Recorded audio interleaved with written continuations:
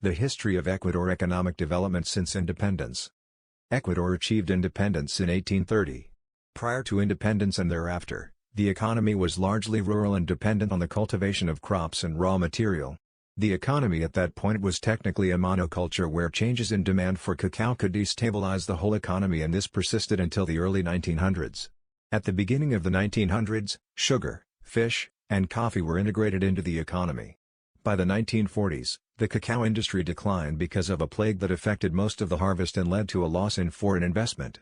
In the 1950s, to save the cacao plantations, the government sponsored a replanting initiative to support the industry. By the end of the 1950s, Ecuador had become the sixth leading exporter of cacao. The period also saw an effort to replace cacao for bananas, and at one point bananas did replace cacao as the main export in the country. The 1960s brought an accelerated period of economic diversification in the manufacturing sector because of strong demand for consumer goods products and others. At the same time, petroleum wells were discovered, and that made Ecuador a petroleum producer. By the 1970s, many of the industries in the country were in the early stages of development, and 50% of the population worked in agriculture, forestry, and fishing. The consumer goods sector will eventually expand, but at a slower rate because of the lack of financial infrastructure and a knowledgeable human capital. The revenue that the country obtained from the sale of petroleum led to the completion of the Trans-Ecuadorian Pipeline, which led to the discovery of natural gas deposits. By the late 1970s, the growth because of the manufacturing sector was substantial, and the increase in revenue from the export of petroleum established Ecuador as a lower middle-income country.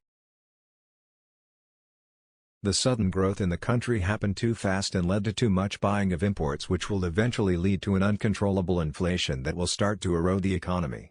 As the country entered the 1980s, it will remain a low middle-income country, with petroleum comprising 50% of total exports and agriculture 40%.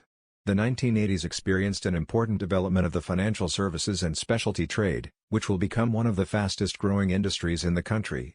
During this period, the country will experience high inflation, free market and interventional economic policies that will create high growth, but with continued inflation and high unemployment issues, and more importantly high levels of foreign debt that will slow down the economy.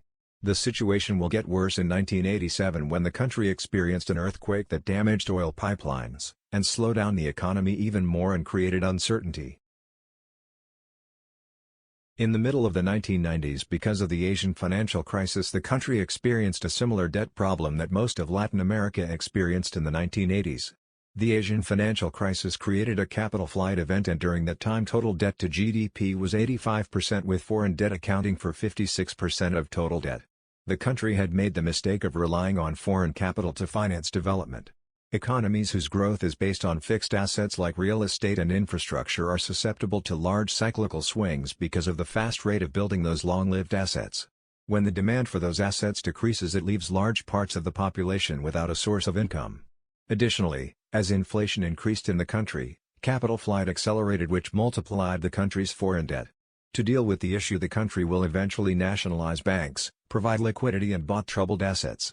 After such policies, structural economic reforms were put in place to increase the labor market flexibility.